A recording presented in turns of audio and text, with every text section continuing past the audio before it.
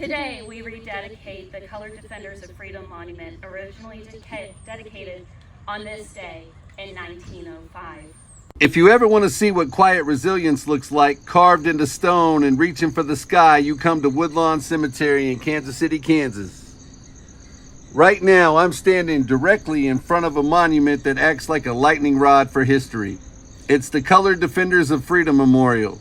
Looking up at it against the morning sky, it feels less like a traditional monument and more like an exclamation point at the end of a long, unyielding sentence about courage. This monument stands as a rare and extraordinary acknowledgement of their sacrifice.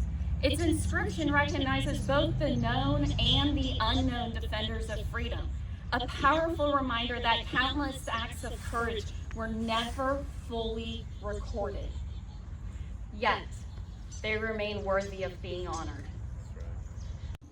Now, for over a century, this limestone pillar has kept a silent, solemn vigil here off of Lafayette Avenue. But today, the silence is replaced by a crowd, a shared purpose, and the distinct sense that history is finally getting its second wind.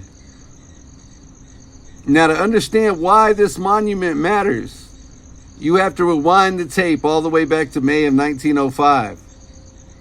Now, back in 1905, Jim Crow was tightening its grip on the country, and the history books were already busy suffering from a severe case of amnesia regarding black patriotism.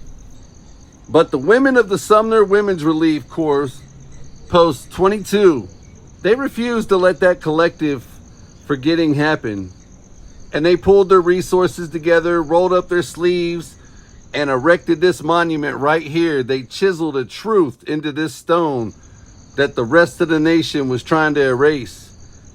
The inscription honors the known and unknown colored soldiers and sailors who fought in defense of the Union from 1861 to 1865.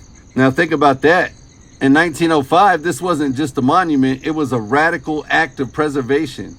It was a receipt stamped in stone, proving that black men bled to keep this fractured union together. And it's widely considered one of the absolute only memorials in the entire country carrying this specific, explicit dedication. But time and the elements can be cruel, even the limestone. And over the decades and as time passed, weather wore down the edges and the world outside the cemetery gates moved fast. Now, it needed more than just a passing glance. It needed a revival. And that brings us to today. And there's a great crowd out here. So today, May 25th, we are witnessing a total rededication. The community didn't just patch up the cracks. They renewed a vow. The weight of the occasion isn't lost on the city leadership either.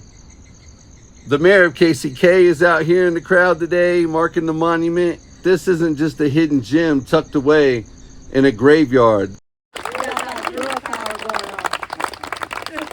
This is a pillar of Kansas City's foundational story.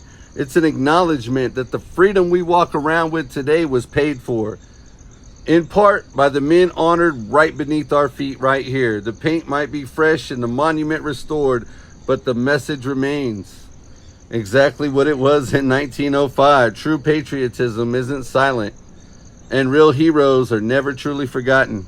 This your boy Mack Malone, KC Journalist, signing out. Peace. Let's go. Mack Malone, he's your KC Journalist.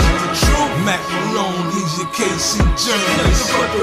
Mack Malone, he's your KC Journalist. Y'all get the best from that KC Journalist.